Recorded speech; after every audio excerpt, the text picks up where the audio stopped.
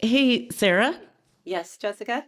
I heard that you left my dad's memorial last weekend and went directly to a sex party. Is that true? That is not true. Oh, I actually made a stop at a food co-op first. wait, you bring food to a sex party? No, but I wanted to bring fancy alcohol to make a good impression.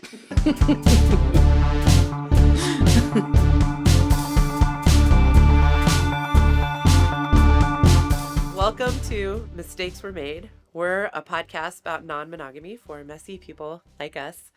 I'm Sarah. I'm a queer therapist, parent, writer, activist, and still not a member of that food co-op, no matter how many times they ask me.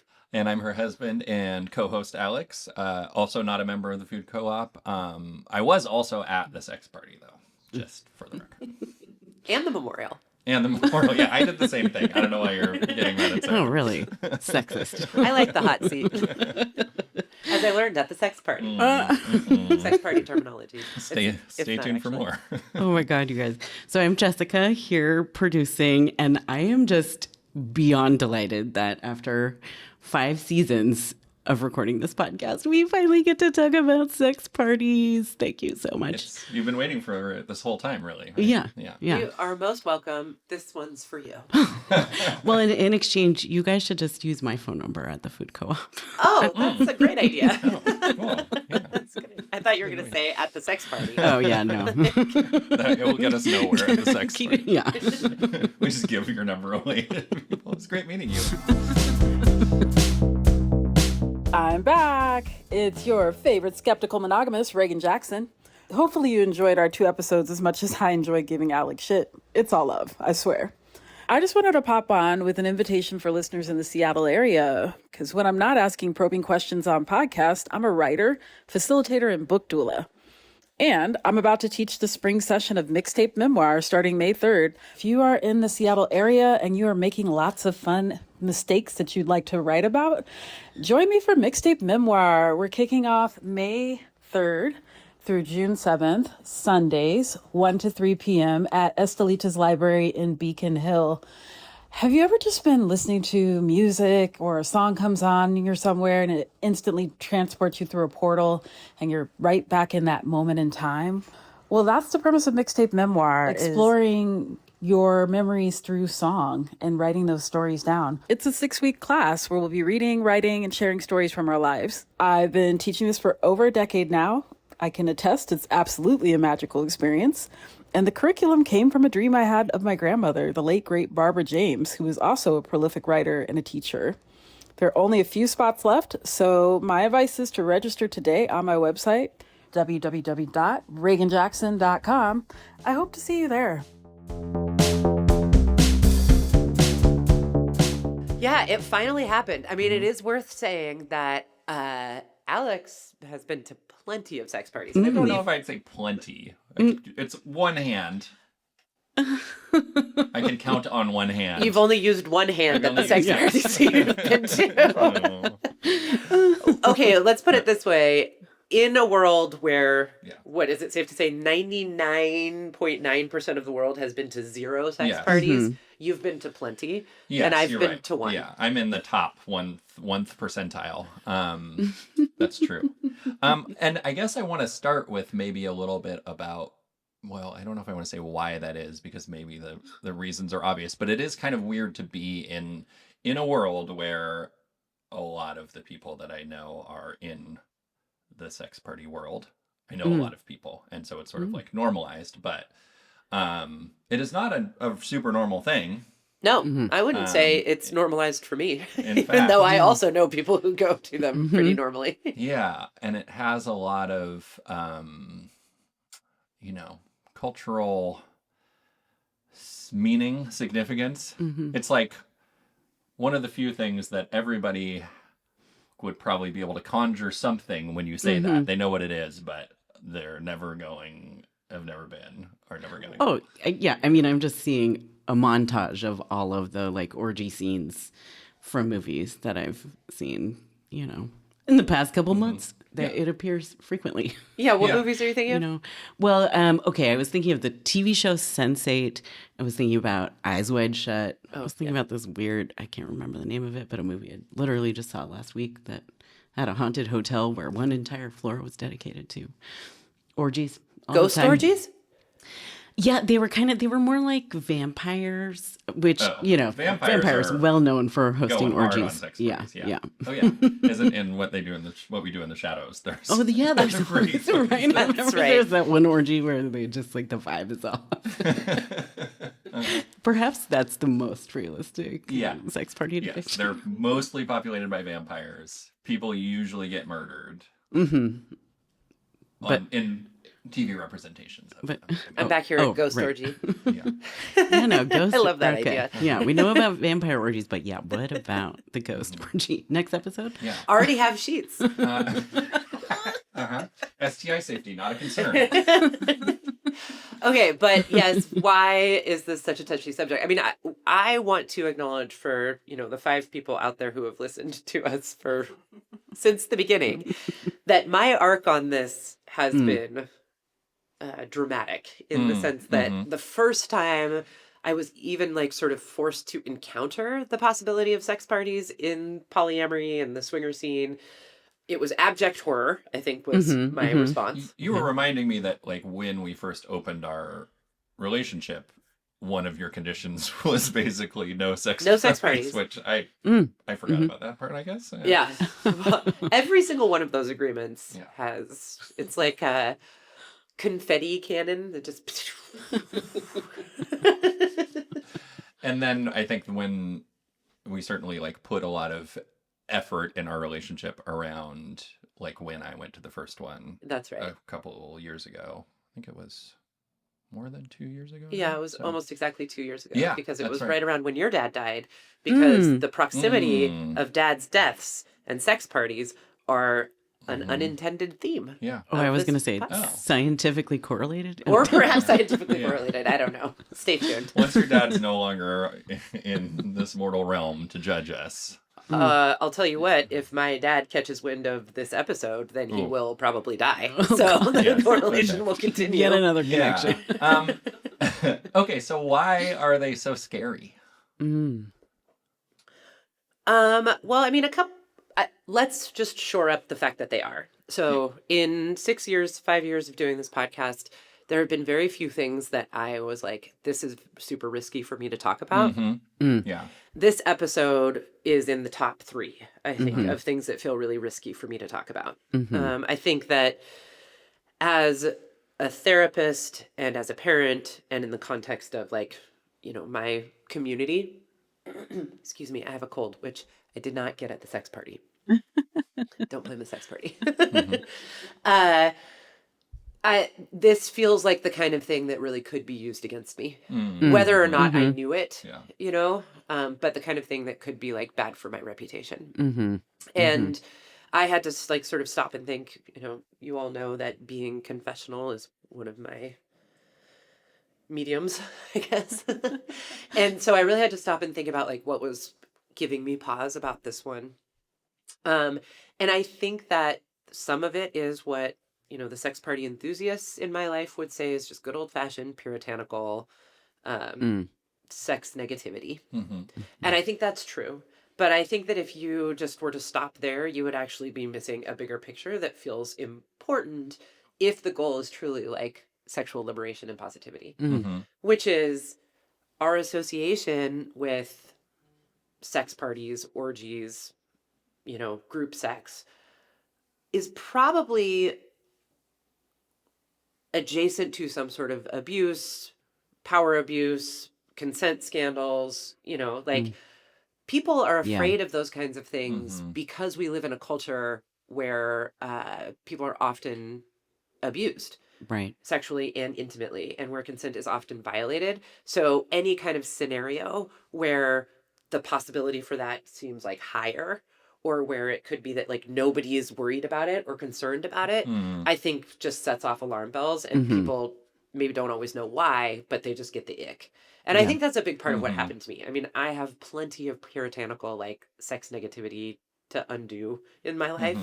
You're wearing a little buckled hat right now. I As we am. speak. Oh wait, those are pilgrims, not Puritans. Sorry, I don't know what Puritans Well, I think they were the same. were. Okay, Yeah. cool. They were the same. That's what I will wear to the next sex party. Yeah. People will love that. Be a good theme. But I think that's kind of what happened to me is I just like had an unexamined ick about it. Yeah. And I think a lot of the ick was around this, where I'm just like, that makes me think of the 70s. It makes me think of cults. It makes me think of like sex scandals. It makes me Right. think of, things gone wrong. And Yes. I just don't even want to put myself in more danger of that. I think dating, polyamory, being a woman, being alive already feels like compounded danger in that department. And I didn't feel like I wanted more. Yeah. So I think that's part of the ick that people have. And one of the reasons why I'm a little afraid to talk about it, because people trust me as a parent and as a therapist and in my community to be someone who like takes safety very seriously. Yeah. And I think people just think of sex parties as not safe, Right. And so I was just like, oh, I'll be seen as kind of reckless and unsafe. Not safe and also taboo enough that you would never really ask to confirm whether it was safe or not safe. Right. Yeah. And also to your point, Jessica, there's so much kind of like mystery, intrigue, unknowability around it that people don't know what they're talking about, but they know that they feel weird about it. Yeah. Yeah. So I'm getting that all out of the way for those of you who might be judging me. Allow me to tell you why you're judging me. And now to tell you you're wrong. No, you're not necessarily wrong, except for the safety piece. I don't think that people are wrong to be afraid. I don't think people are wrong to be skeptical. I think it makes sense. And I think Yeah. I know because that was me. Yeah. And there's just a lot of sex, intimacy, vulnerability. There's a lot of things that we do to like protect ourselves around those things in our lives. And like there's a lot of like structures that are kind of built to make us feel safer because of the vulnerability that is associated with sex. So like by definition, it's sort of like the idea is that you're like putting that aside in interacting really casually with strangers in that way. And I think that's like the kind of like broad sort of dominant like impression that you kind of have when you go into them. And I would say in my experience, the more that's the case, the harder / less pleasant it actually is. Like the more it's strangers. Yes, exactly. Yeah. And then the more people that I know and already have some kind of like connection with, the safer and more comfortable it feels, which in some ways is kind of obvious, but I feel like it does kind of need to be said too. Yeah. So I think one of the things that I would say like this one that we went to together was, well, I want to ask you, did you feel like you had a good experience overall? I did. Yeah. I definitely feel like I had a good experience. I mean, you know me, I'm going to like chew on something like that for a long time. So there's going to be more than one response. Yes. But initially, and like I think overwhelmingly, yes, I had a good experience. Jess, you were just reminding me that in the days after that, when I told you about it and some of our other friends, I was just like, and it was really fun, and I'm so glad I did it. And it was just like a lot of positive experiences and just kind of dispelling of angst, I think, around that stuff. Yeah. It was genuinely fun. And not just because we got to go to Denny's afterward at 2 a.m., which Ooh. there's a lot I'd do to be able to go to Denny's afterward at 2 a.m. Great. Well, man, God, I have like 7 billion questions. Yeah. But don't let me derail like the plan. But I mean, I think that this is making me think about, just like my sort of like gut reaction when I imagine sex party. There's a lot of like fear, and it's around what you were saying of just like imagining entering into a space where suddenly there's no boundaries that I'm used to just, I'm used to expecting that I go around in my life and there is no expectation that anyone is going to touch me in a sexual way unless we have a very explicit, understanding and definition of our relationship, right? And so I think that's like the first thing that I just am like, that sounds scary and horrible and like a situation I would never want to put myself in. And it kind of sounds like that's maybe not what the deal is when you go to a sex party. So I guess I want to ask about that. Yeah. Okay. So first of all, I had the same fear. I kind of imagined it as like the worst experiences that I'd ever had at parties, but with sex explicitly on the table. Right. And one of the first things that I noticed was that everybody there was a ridiculous polysex nerd like me. So that's helpful. Not to say that like a demographic makes people safe, but it was just this reminder that like it's not a bunch of frat boys waiting to assault me, which is an experience that I've had, and probably was there in my mind when I was imagining what this might be like. It's a bunch of people who have entered into like really different styles of relationships. And so are bringing some kind of awareness and intentionality to that, in theory, at least. Yeah.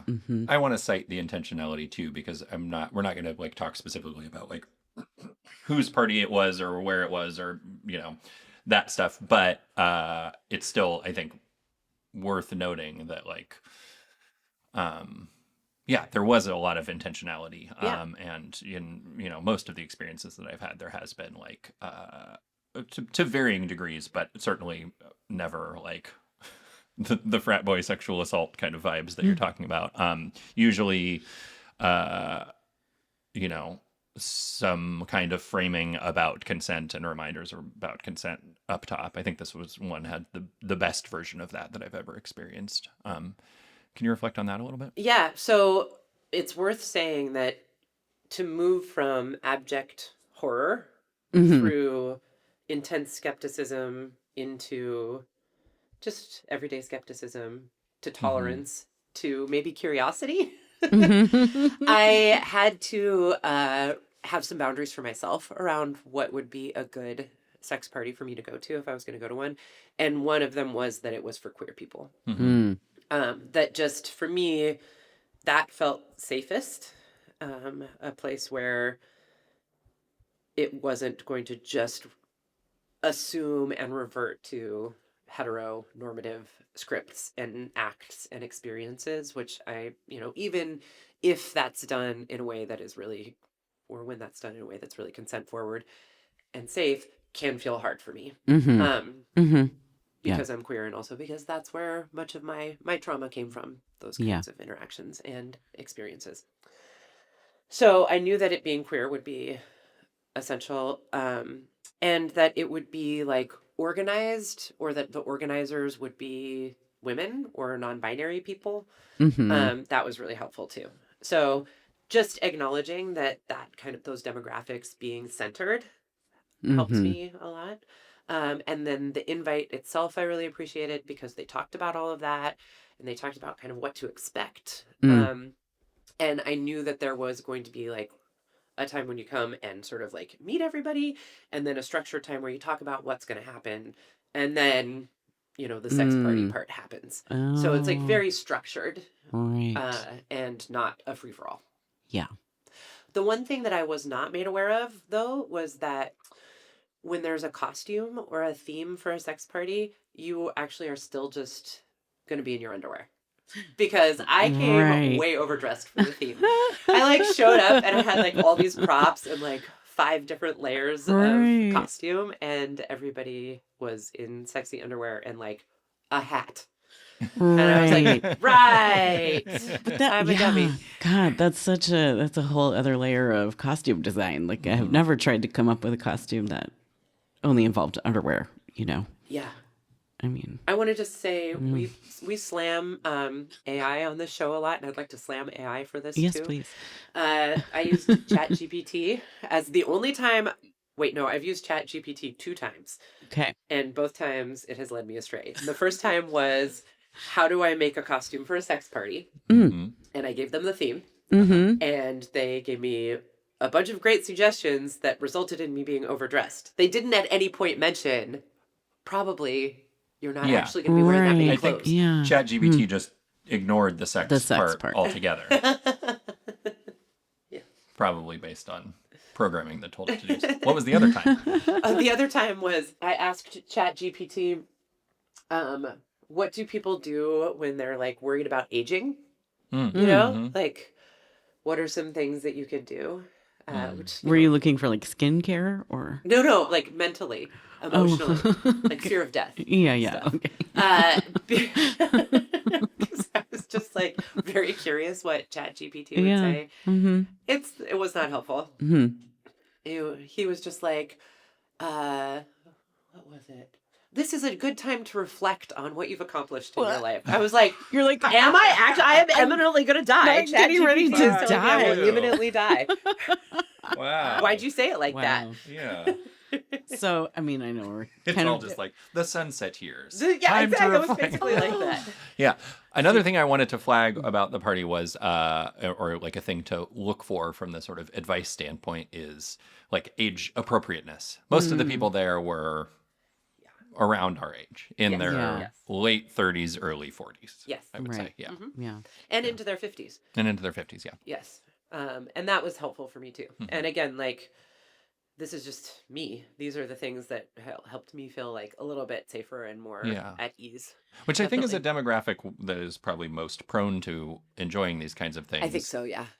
In part, probably because people have like. Because we're in our sunset years. Yes. Thinking about our one legacy. foot in the grave. Yeah, our legacy. And, it's on a lot of people's bucket lists, right? So, no, I was going to say because of having, in theory, some people, not talking about myself, done a lot of sort of personal growth and built confidence and had a lot of other experiences that make you feel like you can walk into a situation like that and feel comfortable. Like, to speak broadly, I don't think people in their 20s are like doing this kind of thing as much because they're scared and they don't know themselves, as well. I mean, I think maybe there's something to that, but I'd probably spin it a slightly different way. And again, this is not scientific, but in my practice and with folks that I work with, it does seem like queer folks, Yeah, you're young right. queer Yes. folks do a Yeah, lot of group you're sex right. and sex parties. Yeah. It's less common among Yeah. the set who, how do They're I not put it? inviting cis male bisexuals to any of those. Yeah, I mean, parties, this but- is like a shitty thing to say, but I'll say it to make the point. It's like the breeder set is not going to sex parties in the 20s and 30s because they are looking for the people that they are going to pair up with, reproduce with. Yeah. And this is kind of anathema to that, or so. So I'm curious. This is like we're talking about sort of like who the people are and finding the right group of people that you feel comfortable with. And I mean, it's got to be. I'm thinking about the level of vetting that is done in some of my like signal activist groups, and so I have to imagine that the people organizing a party like this, like, do they know everybody that's coming, or how do they make sure? Yeah, I think that there is usually vetting. Usually men get vetted a little bit more for obvious reasons.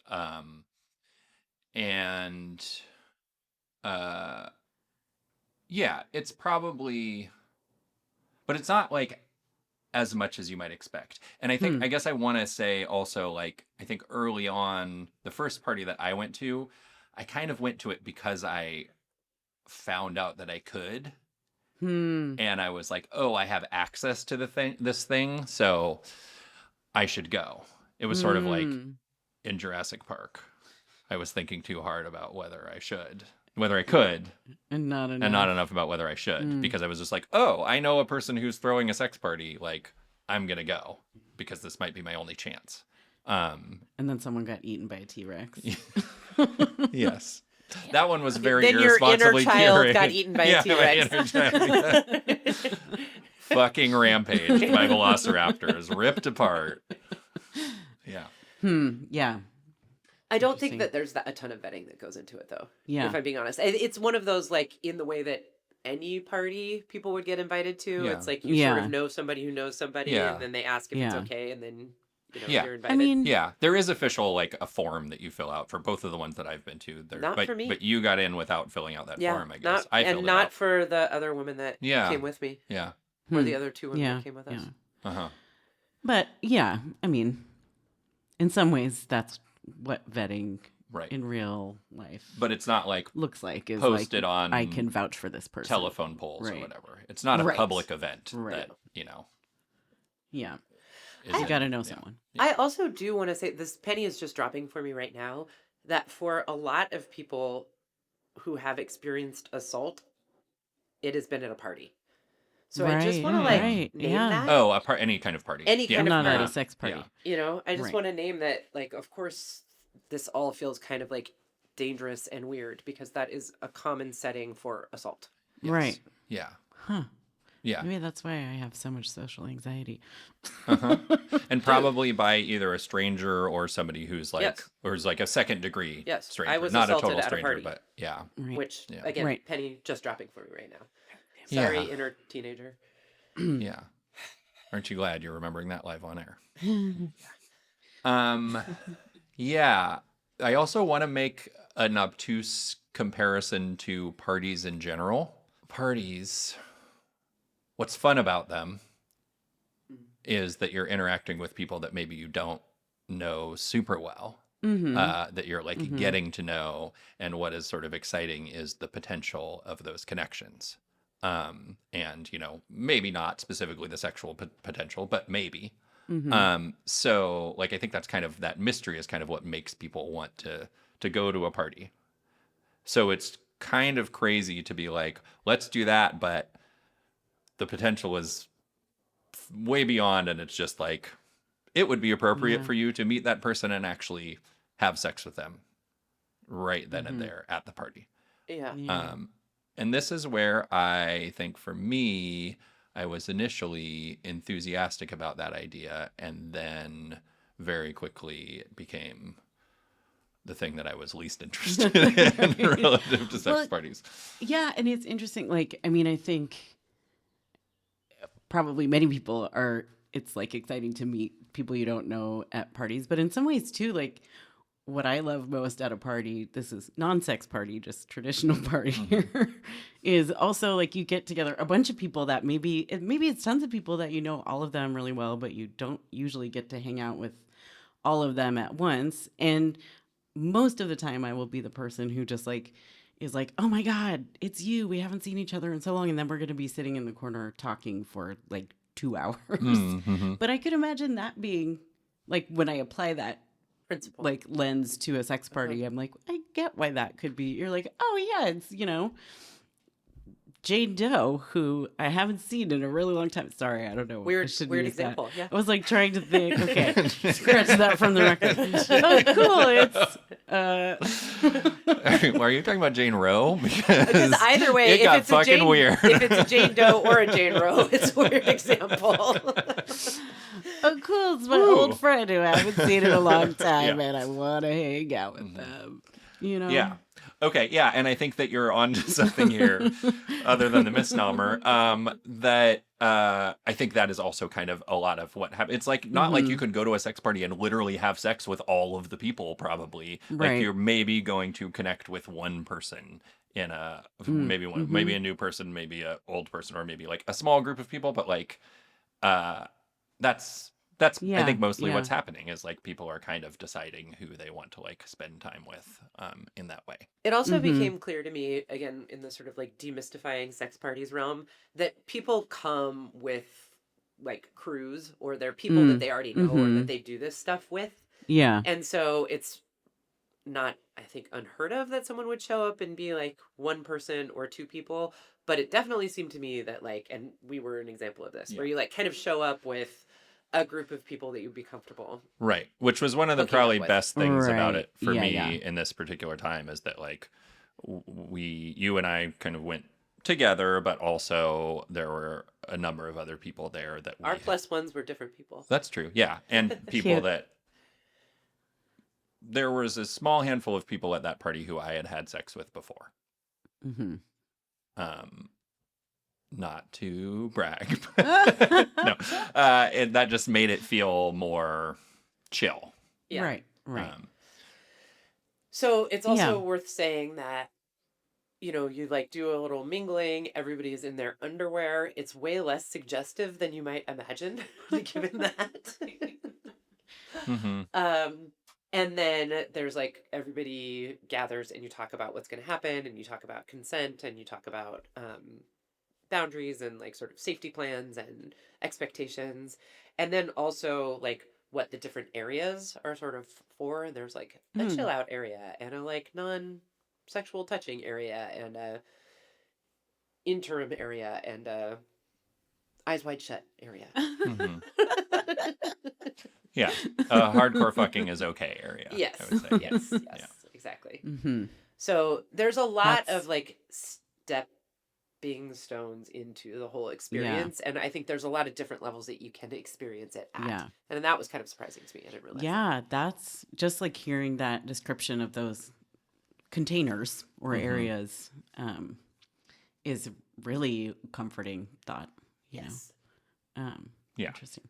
That Yeah. makes a lot of sense. For me, one of the worst things about these situations is being kind of stuck in a space that I can't constantly consent into and out of being in. Yeah. If there's other people having sex there, like I need Right. a place where I can get away from that if I Yeah. want to. Yeah. And usually such parties are curated in that way, that there's sort of like an identified play space and then a bunch of identified like decompression spaces, or at least one. Wow. Yeah. Which that all tracks. When you start like actually thinking about it, I was like, well, yeah, duh. This is the way you would do this. Right. It makes a lot of sense. It makes a lot of sense. Mm-hmm. So all of that made it Yeah. feel good as well, and a lot less scary. Yeah. What other questions do you all have for me? I mean, because I know that a little bit I'm supposed to be on the hot seat so that you can talk to Yes. a sex party Well, skeptic you about their certainly first are experience. hot. Yeah. I'm thinking like, sex parties. They're just like us. It's funny that there's like more parallels to a regular party than I would have predicted. I wish we had consent talks at regular parties. I was just Yeah. gonna say, like, Honest to I actually God. wish Right. there was a little more structure to Yeah. regular parties. People should have to ask to talk to you. Yeah, right. I mean, because that definitely, like, getting stuck talking to someone that you don't necessarily want to, and me having just said I normally talk to the same person for a really long time. I apologize to anyone who feels like they've been stuck talking to me for an entire party. But yeah, so that's just like shifting my whole understanding of all of this. So now I have to reset my list of questions. But I think one big one, and it's kind of silly, is just like, is there food? Like, do you bring snacks? Are people eating? Drinking? That food was dead to me. I mean, Yeah. there's definitely there is food, but I thought there Yeah. is no way in hell I would have eaten something. Yeah, because you were in that nervous. situation. I mean, I don't really eat that much at parties anyway because I tend to be a little bit nervous and like not. I have to be like I have to feel kind of safe to eat. Yeah, yeah. You know, and so. But there's usually a charcuterie board to answer your question Yes. Okay. directly. Yes. Just- Of course. And are people drinking? And are people getting like fucked up? No. I think there are like there was alcohol. I had a drink, I think. Yeah. And it was not the vibe that people were getting fucked up. I think typically at the better curated ones there's like sort of explicit kind of direction not to, and like it's okay to. I mean, there are some that are like explicitly non-drug oriented, and there are some that are explicitly drug oriented. Typically, those would be more like some kind of like MDMA party that Right. has like a sex optional kind of piece of it, but that is not usually the central facilitating factor because of the consent thing. Like if you're thinking about consent, then you're not going to be encouraging, you're going to be discouraging people from, Also, people who are drunk are not actually fun to fuck. Right. I Yeah. don't know. If, Yeah. I'm sorry. Is that a hot take? No. No. I would. I think it's commonly understood, yes. Like, room Yeah. temperature. I- not us at our best. I recently learned the term whiskey dick, and oh my god, it Ew. really And is burned into my brain. don't think anybody, if you're like really drunk, is, Yeah. it's not. I don't think that I'm fun to have sex with if I'm really drunk. either. Right. Yeah. No. Nobody is. And Maybe in the privacy of our own home. Ah! Well, yeah, I that's was waiting the for thing. that. That's the thing. Very specific set of circumstances. But I feel like, Jessica, you wanted to know if there were actually grapes. Yeah, I mean, in all of my stereotypical images of orgies, there's a lot of clusters of grapes. Yeah, I think there were. didn't somebody like on our This is a stereotype for a reason. Yeah. on our group chat about with the people that we went with didn't somebody reference like a directory of like sex party friendly foods? And Really? Grape is at the top. It's the best. You were correct. Why? I think because it's like individual, doesn't spoil, Gives you- clean, Yeah, and gives you like seductive. a lot of energy, but is not gonna like hydrating. Yeah. Okay. It's not going to make you have bad breath. No, not yeah. going to upset Alright. your stomach. Yeah. All right. Yeah. Okay. At the bottom of Okay, that grapes. pyramid is Mexican food, which is what we went to right beforehand. That's right. Which Yeah. I also didn't eat. Yeah, we had it was a light meal. Yeah. Wow. I mean, go ahead. Do you have another question?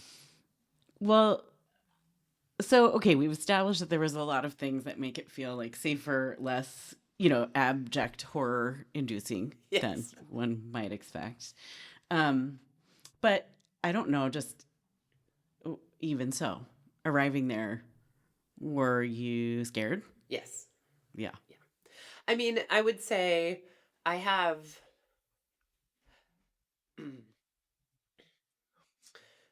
a speed, which is I am nervous, bordering on scared, and I have decided that I'm going to have this adventure. Mm-hmm. And so I am also going to be confident in my decision to have Yeah. the adventure. Mhm. Like, I don't really know how else to describe it. It's like I was embodied. I wasn't like scared in the sense that I was having like physical distress or like Yeah. didn't want to be there or was questioning myself. It was just more like this is unknown and I have decided that I'm doing it and it's going to be a totally weird, unprecedented experience for me. So yeah, I was scared, Nervous. Yeah. nervous. But you presented Yeah. as very confident. Anybody who was at that party Mhm. who knows who you are talking about it is like, what? Really? Mhm. Because you really seemed like you were. How so? You just like, were your charming, personable self as usual during the, But in kind of underwear. initial, but in underwear. Yeah. Even more charming somehow. And then, when it came to like the actual activities, you were sort of like, you had confident enthusiasm Yeah. on the Thanks. front end. Thank you. Oh my God.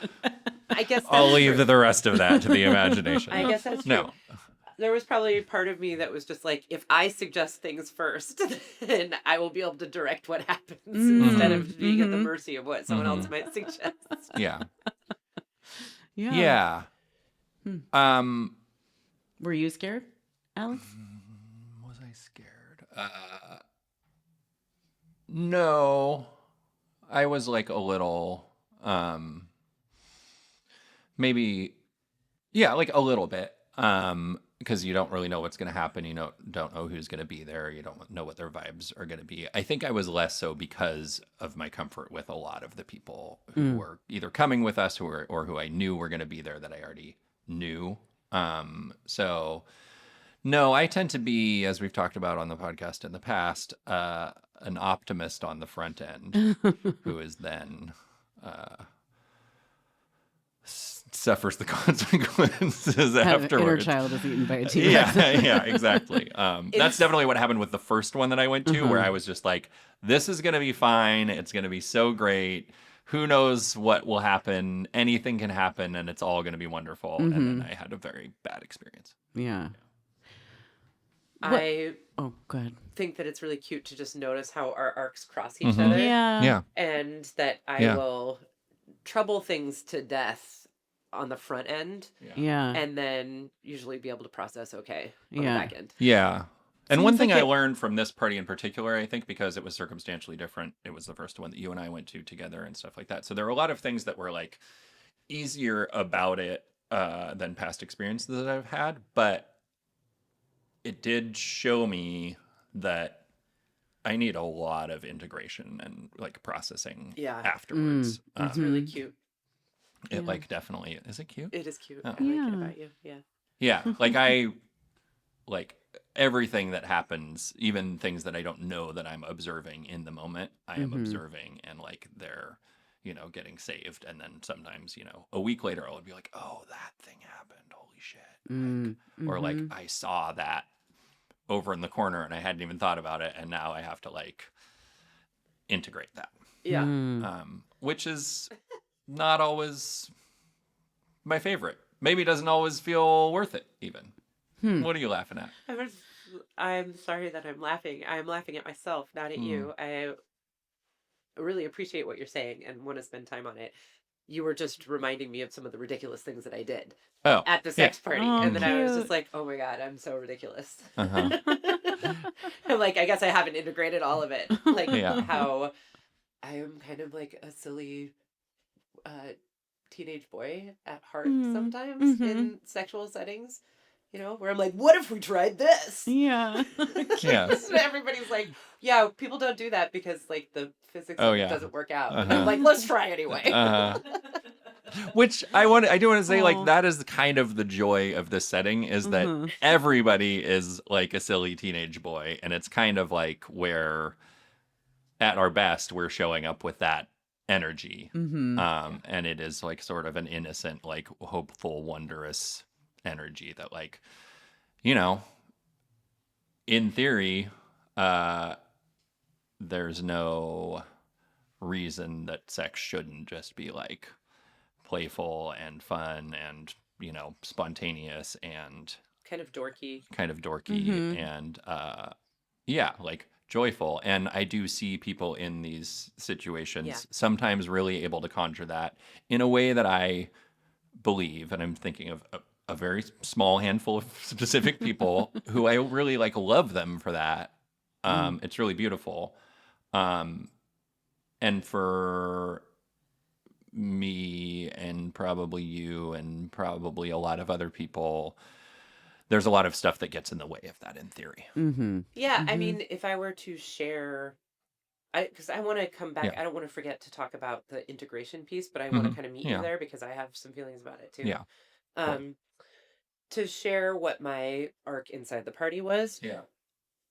In the same way that I didn't know that you were just supposed to be in your underwear and showed up overdressed, like with too much sort of playful enthusiasm. The best part of the party was before I kind of understood what the point of the party was going to be for most people. And I was just like, oh my God, this is so silly. Like, everybody, let's kiss. Or like, Right. oh my Yeah. God, I can't believe that we're all in our underwear. Like, touch my butt. Uh-huh. That part when it was just kind of silly and playful and friendly, that was kind of like very exciting and interesting to me. As the night progressed, it's like things got a little more serious and it was like veered more into like people are having porno style sex with each other. And like that's kind of where a lot of this is headed. And I think like that was still very interesting, but it was a little harder for me to like embody myself for. I was kind of like, that felt more like a performance. That felt more like I was like, now I have to perform that I'm good at sex, and I was like, here I go, I'm good at sex. Whereas prior to understanding that that's where things were going to go, I was like, we're just going to be dorks, right? Yeah. And it's like touch butts and like see if it works to do this. And some of that, it is really cute. And some of that is your perception that some people feel differently than you do and like feel like they do know how to perform, that they're good at sex or like are really comfortable in that space. But I do, I guess, have a working theory that there are two kinds of people at sex parties.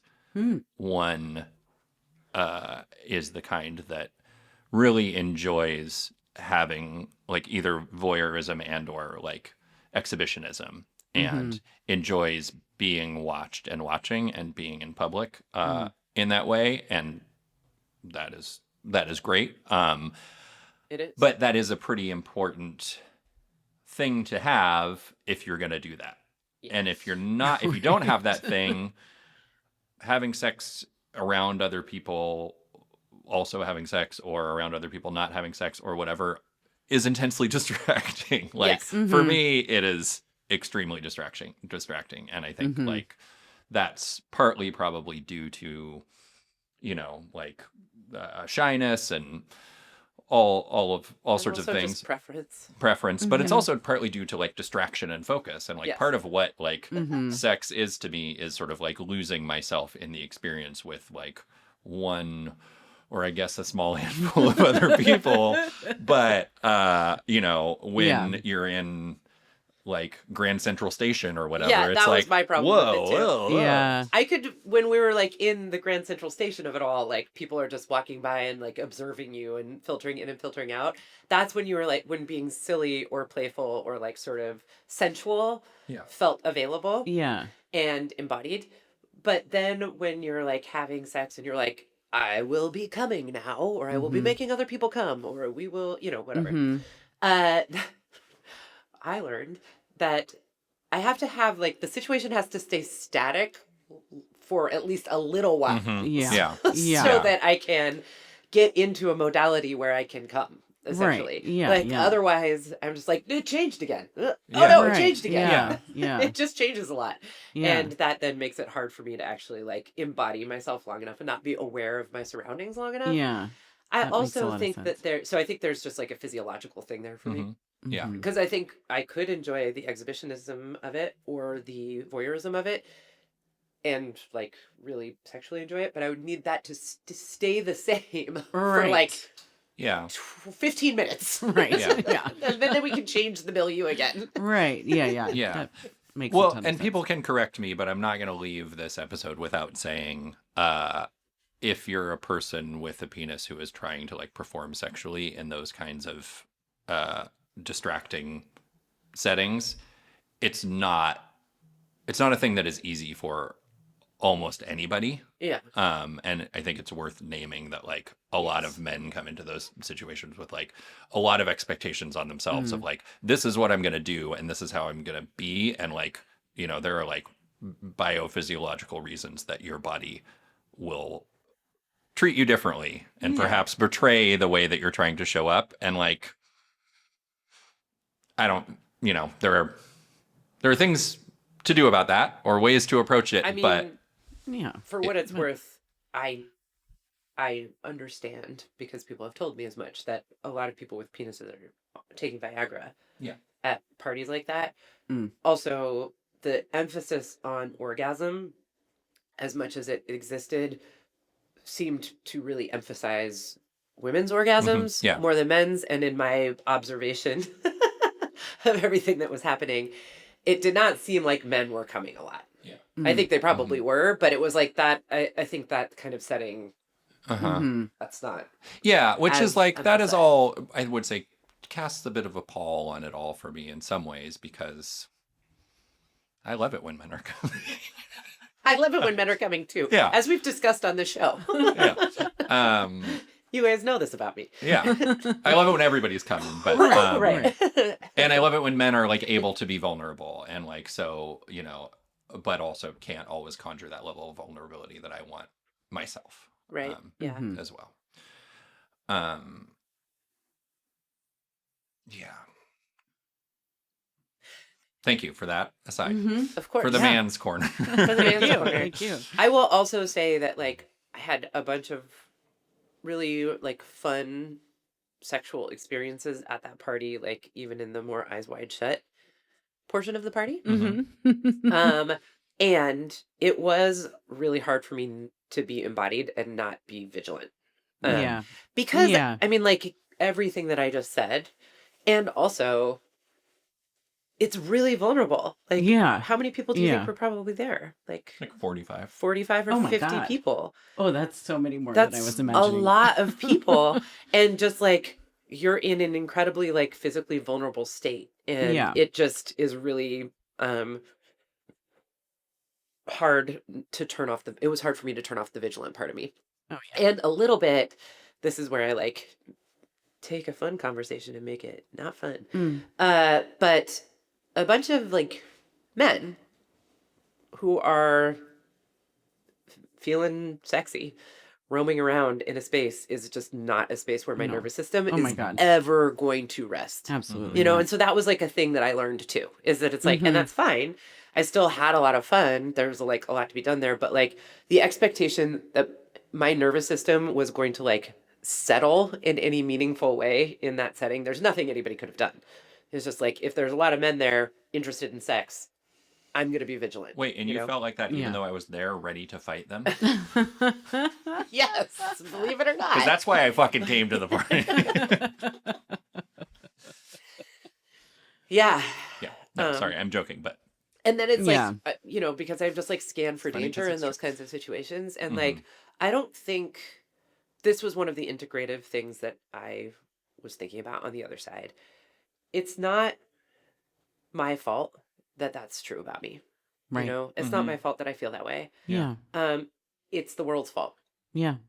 And I don't need to put myself between me, you know, in front of the world in that way and Yeah. try and solve it. Right. Like, I can't solve it for the world, I think No. is what I'm trying Yeah. to say. Yeah. And so, like, in this lifetime, in this body, in the experiences that I have had in this world, in this political era, I will always feel vigilant around lots of sexed up men, or even one or a few, Mm-hmm. and men who have been taking drugs and drinking.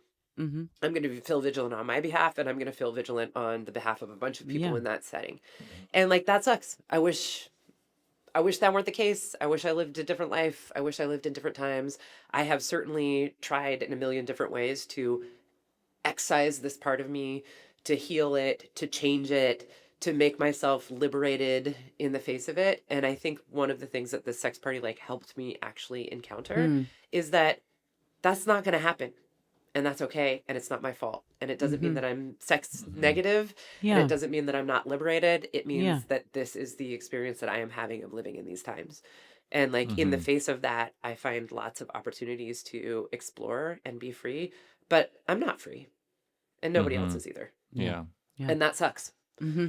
So Yeah. Yeah, and I think there's like I appreciate you saying that. I think there's like this tension, or kind of the two parts of like wanting to create these spaces so that we can try to live that ideal where that isn't the case, where we do feel like joyful and free and not traumatized and not afraid. Like, I can understand definitely the instinct to want to curate such spaces. And then on the other hand, you know, the very fact of the existence of such spaces like sort of makes one feel like I'm not free enough. yeah. And there's like a grief to that. Yeah, I think there is a grief. I think this was the first time where I just actually was like, this is not a me problem. It's not that I lack Yeah. freedom. Yeah. Yeah. You know, and I think that was like a real gift of this party to me. Yeah. Yeah, and that makes me want to say, you know, I think there is a little bit of like advice coming out in this episode. That like one of the things that I took away from that party is that the people who I observed having the most boundaries, and understanding their boundaries as to what they wanted to do or not do, and who were accepting maybe the ways that they weren't free. I mean, I don't think they were probably using that framing, but we're just like, here's what's not for me in this moment. And I feel comfortable saying that, and I'm going to say it, or I'm going to not do that thing. Those were the people who had the best experiences. Yes. Right. Those are the people who Right. are having the best time. And Yeah. like, And I was one of those people. I went into Yeah. that with like a lot of boundaries around what I was going to yeah. do or not do. Mm-hmm. And in some ways, maybe that's the point, Yeah. or can be the point for some people, is not to do the most or be the freest or take Yeah. advantage of like the opportunity to fuck the most people in the most outlandish ways, or like people that you don't know or whatever, but actually to like be present with yourself and be like, here's what I'm not going to do, because I don't want to, and that's okay. Yeah. Yeah, it is an exercise in Advice for me. boundaries. Yeah, no, and it's surprisingly hard. I mean, and like at a sex party is like a very advanced level of this. I think it can be hard in our day-to-day lives all the time to just actually be in touch with what do I actually want Right. Yeah. right now? Mm-hmm. Right? What Yeah. do I want to do? What am I comfortable with? Whatever. So much of what we're doing all the time is like not Yeah. the number one thing that we would be wanting to do, but also is just not, it's so easy to just be responsive to the needs of others around you or your responsibilities or what have you. So like then at a sex party, it's like at 100. Well, yeah, and I if you imagine. take away all of the like societal social no's or limitations and be like, okay, anything is on the table, then it's a great opportunity to practice your own internal no's. Yeah. But Right. that's the Yeah. fucking challenge, right? Like Yeah. they're not. They're at a regular party. The presumption is you're not going to just meet somebody and, have sex with them. Right. Like there's all of these things that are telling you, okay, that's not going to happen. Mm-hmm. So you don't have to do it. Right. And you don't have to find your own no in the same way. Yeah. But at a regular party, maybe you'll stay in a conversation you don't want to stay in for a really long time, or pretend that you like the hors d'oeuvres that are, or drink more gross, alcohol than drink you too want much. to Yeah. because you don't feel comfortable and you're trying to get away from that feeling, or Yeah. Yeah, Well, it was pretty interesting. or Yeah. to jump off the roof into the pool to impress everybody. So we were going to come back to integrating Yeah. afterward, but Jess, it seems like you have another question. No, I mean that I wanted to ask you guys more about that, the sort of afterwards processing. And I'm curious if there's any like, I don't know, is there any intentionality around that, or is there sort of a like acknowledgement by the organizers that like, take care of yourselves and drink water or whatever, talk about what happened on the front end, less on the or- back end. I think you're Yeah. identifying a thing that could be useful. Mm-hmm. I think we intentionally went to Denny's afterwards. That's good. Yeah.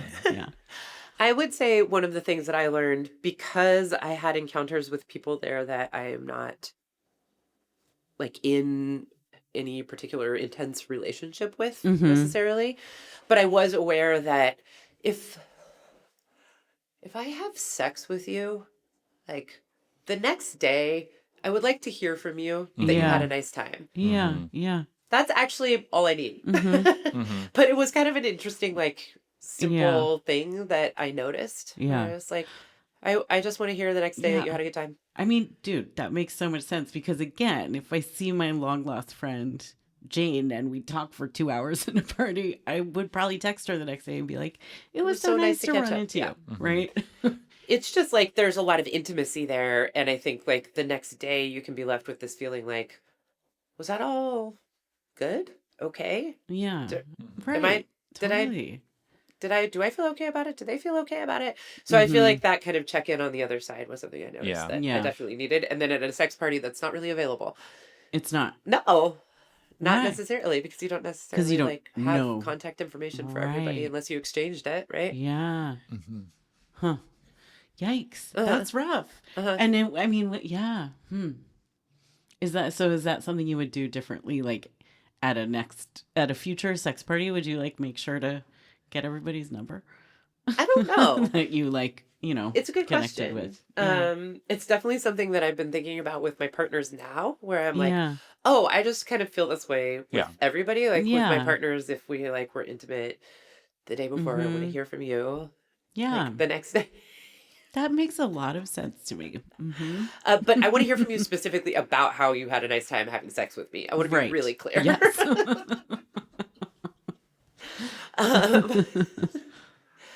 But then, well, anyway. So I don't know if it would really be available to do it differently, because it's not like at a sex party with someone you don't know, you're going to be like, we can hook up right now, but I just want you to know that I'm going to need you to text me tomorrow and tell me that you had a good time. So you just kind of have to like know your own shit there, I think, a little bit. Yeah. I feel like I want to ask you, Sarah, what was your favorite and least favorite moment of the party? Oh, great. We could cut this later. Okay. If it's too explicit, but let's give it a go. A couple of favorite moments come to mind. when we were like down in the like more the less eyes wide shut area, and we were all just like, there was a big group of people and everybody was like, okay, now kiss me, now kiss me, now kiss me. I really liked that. It seemed like sweet and fun and like the kind of thing just like made sex feel, or like physical intimacy feel joyful in a way that like I hadn't experienced in a long time, you know, like when you are a teenager and you're just like, oh my God, I could kiss my friend. You want to kiss? Yeah. You know, like Yeah, there yeah, was just a kind of like Yeah. spontaneity Yes. and sweetness to it that I really liked. Yeah. And then my least favorite moment, when I was in the eyes wide shut area. And There's some other terminology that they were using at the party that was not the eyes wide shut area. Yeah, but because I we're think supposed to not be doing anything that was identifying the party. Yeah. So I was intentionally using a Yeah, okay, got it. Cool. It looked nothing like eyes wide shut, just to be clear. You and I don't know because we couldn't make it We to the didn't orgy finish scene it. in Eyes Wide Shut. You're right. We You're kept right. falling asleep. Okay, yeah. In It's preparation, a we tried boring watching movie. Eyes Wide Shut. Yeah. It didn't work. Yeah. Uh, I don't believe like Kubrick even made it, yeah. honestly. I feel like it's a pretty disappointing orgy scene, honestly. Didn't they CGI in a bunch of extra cloaks so you can't really see anything? Really? oh my God. But it's like early 2000 CGI. Wow. Like, It's bad. So Wow. it's basically like paper dolls, you know? okay. All right. Audience, Okay. write in with your favorite orgy scenes in movies. Yes, because we please. need to. Yeah. Or the most accurate If you one. need, yeah. My least favorite, when I was in the Eyes Wide Shut area, I was hooking up with someone that I came to the party with. I was having like a good time. I was excited about it. And then some other people came up and like started getting involved, which is Yikes. totally to be expected Right. Uh-huh. in an Eyes Wide Shut situation. Yeah. But I was like, excuse me. Yeah. I'm in the middle of something. No. Like, Would you say it was non-consensual, or it was just sort of like...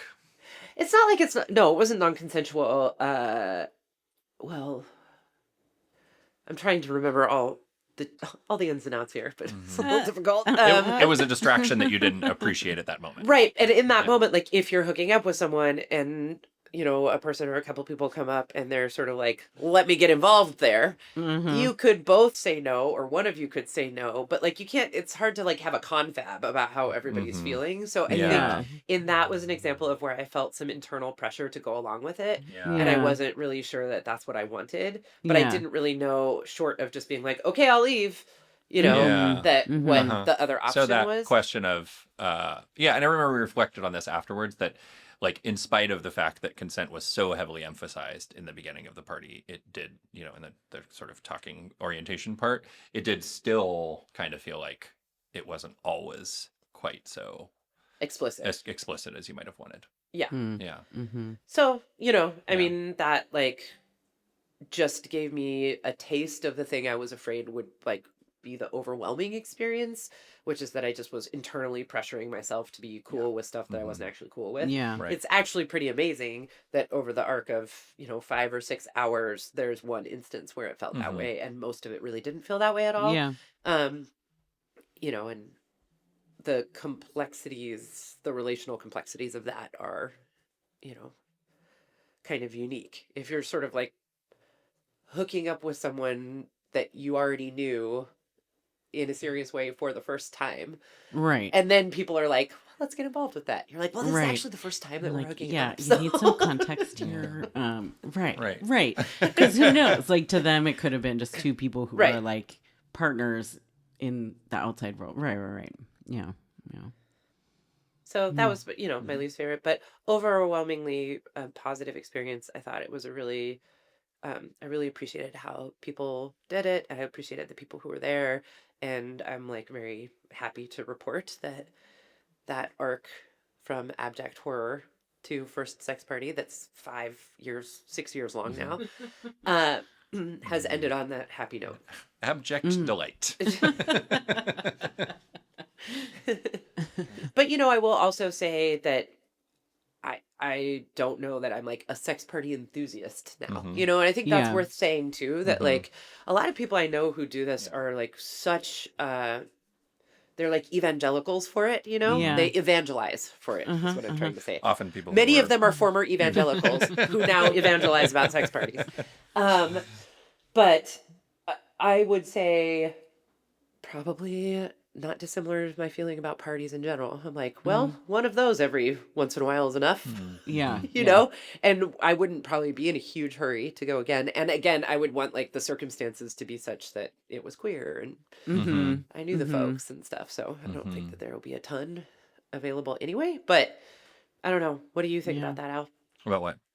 About like your orientation to sex parties going forward. Oh, yeah, I think I just keep learning more about what I do and don't like in them and accepting more the sort of uh you know, the integration kind of costs or what it kind of takes, and it's just not all like I find with pretty much almost anything that like kind of excites me or makes me feel good. There's like a drop, or you know, there's the flip side, the yin to that yang, and so I want to be more conscious of that going in and kind of deciding, and not letting FOMO dictate whether I participate or not.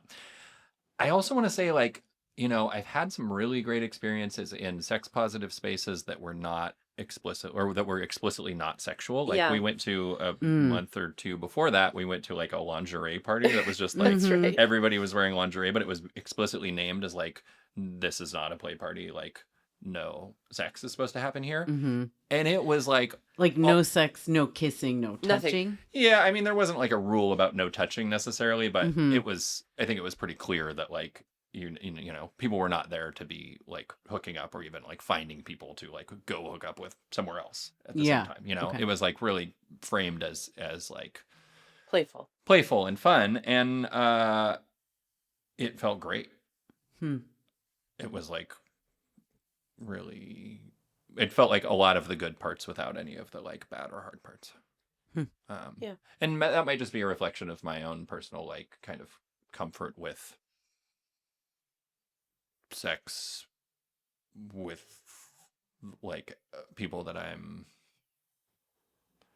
sex outside of a like intimate circle, whether it's me or it's like my partner. Stuff always kind of comes up around like people who are unknown and like interacting with them, and I want to like Mm-hmm. get to know people or know people and feel like a sense of mutual regard. Coming back to your like affirmation afterwards, I've definitely always hungered for that. Like when I interact with somebody in a more casual sexual way, I still want them to, I want to feel like I was chosen for that, and I want to feel like I was like sort of appreciated afterwards, and you know, have the opportunity to express that to them as well.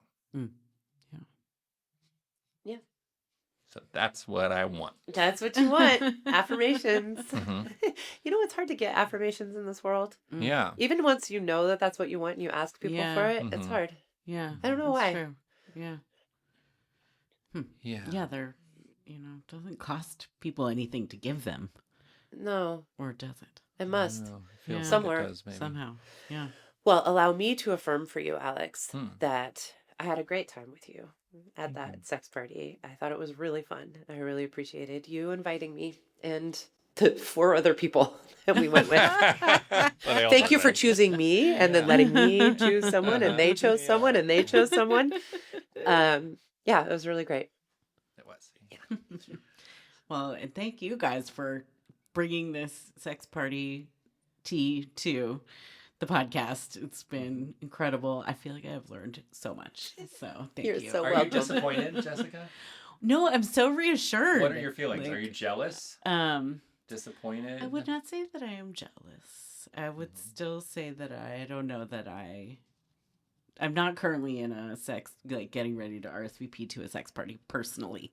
However, it feels way less insane than it did to me an hour ago when we sat down to have this conversation. Like, and I think boundaries and containers, like being woven throughout the process is a real game changer in my imagination. Just knowing that there was an Eyes Wide Shut area. Yes. And then a separate area where you could just chillax wide and open. eat grapes. Eyes closed. Eyes half open. masked. Yes. And eyes need to chill out. Yeah. And then Denny's at 2 a.m. I'm always interested in that. Yeah. That's the real fucking Eyes Wide Shut scene, let me tell you. Yeah. It was weird. All of those people looked like they'd just come from a different sex party. Yeah, it's true. Yeah, that tracks. Well, thank you. Thanks for asking me about it. Yeah. Being interested. And thank you for listening to Mistakes Were Made and being sucked in by our clickbaity episode title, which hopefully we delivered on. This one I think we finally did. delivered. But the bait and switch of every single one of our episodes is it's actually all about boundaries and consent And maybe trauma. trauma and embodiment. This was our lowest trauma episode ever, I feel like, actually. Yeah. Incredibly. Yeah. So yeah, if you want more trauma, follow us on your podcast platform of choice. You want to witness more trauma in an entertaining way, follow us on your podcast platform of choice. My new one is Pocket Cast. That's what I use too. Wow, cool. Not our sponsor, just like it. And find us on Instagram, which fuck Instagram, but we're there at MistakesCast, and on Gmail, also fuck Google, Gmail, email in general, but you can email us there at mistakescast@gmail.com. All right. Thanks, everybody. See you next time. Bye.